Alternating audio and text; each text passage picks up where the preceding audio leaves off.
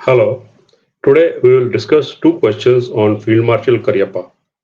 These questions pertain to the tactical equipment of Cariappa and his contributions in diplomacy.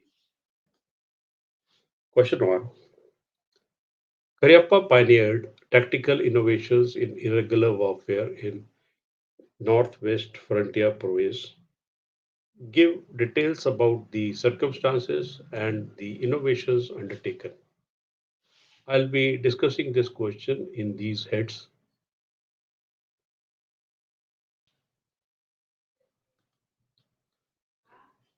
Circumstances and op environment in northwestern frontier province. Field Marshal Cariappa, during his early military career in British Indian Army, was posted in the northwest frontier province, a volatile region known for tribal insurgencies, guerrilla attacks, and rugged mountain terrain.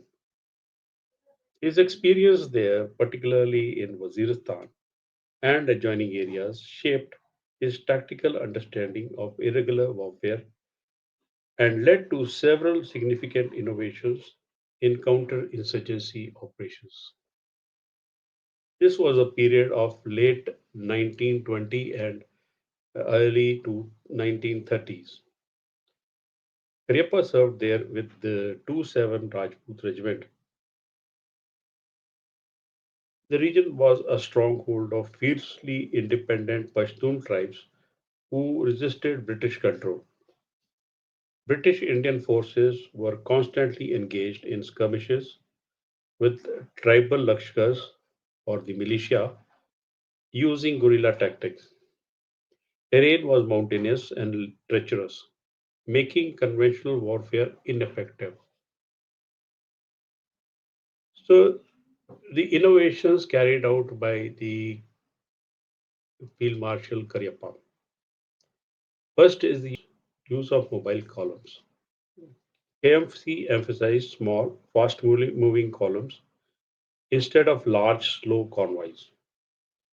These units could respond quickly to ambushes and pursue insurgents into difficult terrain. Night patrolling and surprise raids. He introduced the use of night patrols and surprise raids, breaking away from the typical daylight offensives. This demoralized the tribesmen and made British Indian forces more unpredictable. Coordination with the local intelligence. Cariappa promoted close coordination with the informants and scouts, particularly with the local tribes. The intelligence based approach led to more accurate targeting and less collateral damage. Hearts and Minds campaign. Ahead of his time, Cariappa advocated engagement with local tribes, repairing wells, roads, and offering medical aid. This reduced local hostilities and cut off support for insurgents. Flexible unit command. He trained his junior officers to make independent tactical decisions, allowing for decentralized command. This was vital in fast evolving skirmishes where higher command couldn't respond in real time. Camouflage and deception tactics. Learning from the tribes, KMC emphasized camouflage, deception, and terrain utilization, a shift from the traditional parade ground tactics of the British Army. So the legacy of Cariappa, Cariappa's irregular warfare innovation.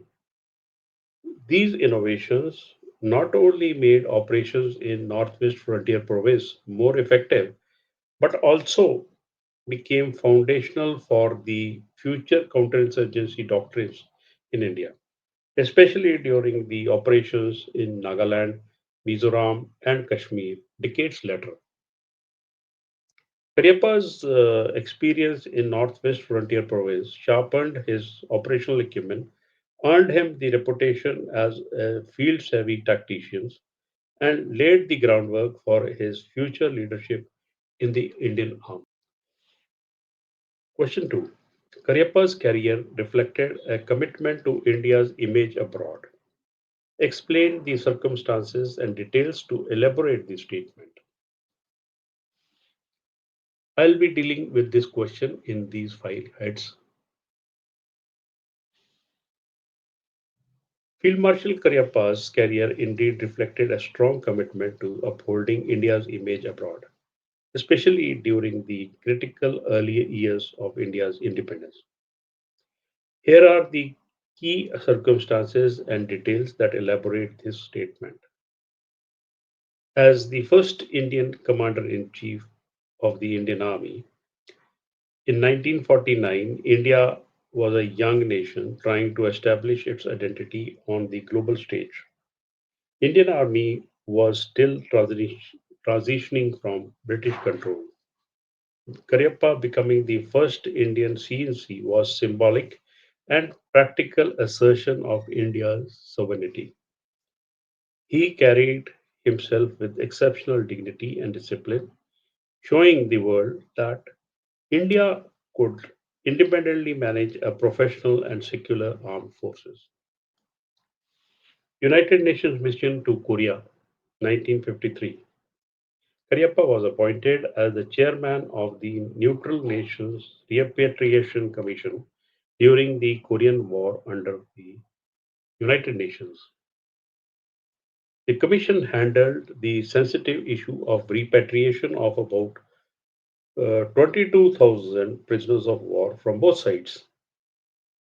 He had to deal with intense diplomatic pressure from both the US led forces and the communist bloc, including China and North Korea. Cariappa handled the situation with fairness, firmness, and tact, winning respect globally. His leadership enhanced India's reputation as a neutral, peace promoting power in the global affairs. Military diplomacy and international visits.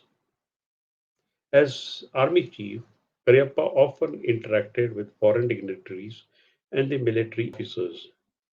He always emphasized India's democratic values, secular military traditions, and commitment to peace. During international visits, he made it a point to highlight India's non aligned stance and promote military professionalism rooted in Indian ethos. Stance against the communalism and caste in army.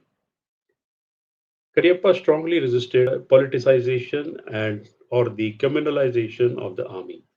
His consistent efforts to maintain the secular and apolitical nature of the armed forces helped preserve India's global image as a modern democratic republic, in contrast to many newly independent nations that suffered from military coup, Pakistan being one.